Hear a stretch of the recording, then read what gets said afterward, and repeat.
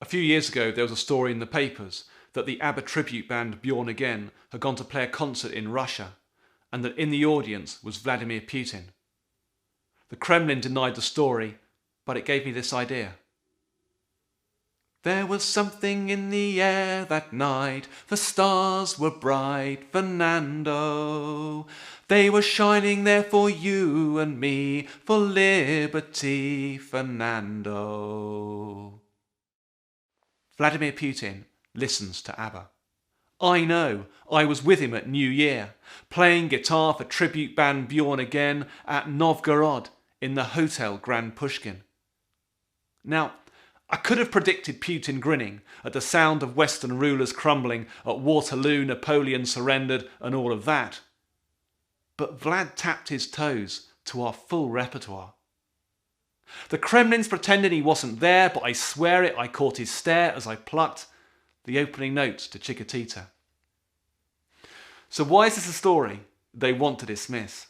Is late 70s disco just a little too kitsch? Was it a lowbrow moment of weakness that could leave us all thinking Vladimir Putin's not as serious as, say, Mussolini, who began each day with a cup of coffee and a canto by Dante, or as highbrow as Hitler, painting his watercolours whilst listening to operas by Wagner, or as lyrical as Joseph Stalin, who wrote prize-winning poems whilst training to be a priest.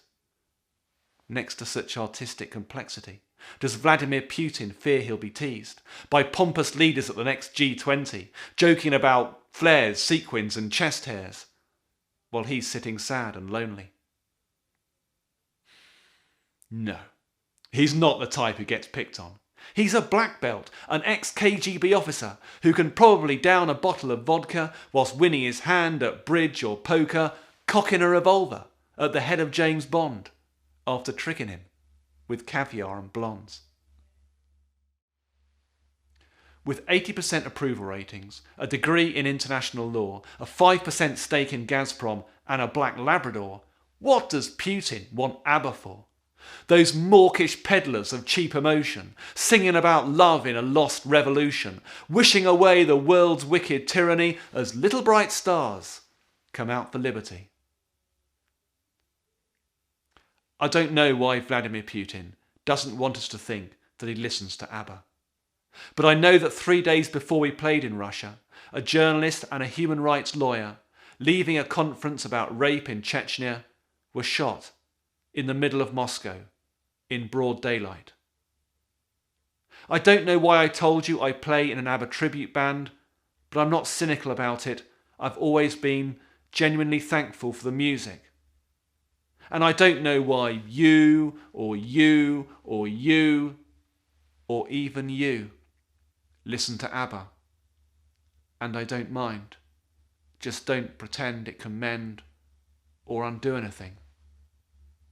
But the songs are full of things worth living and dying for.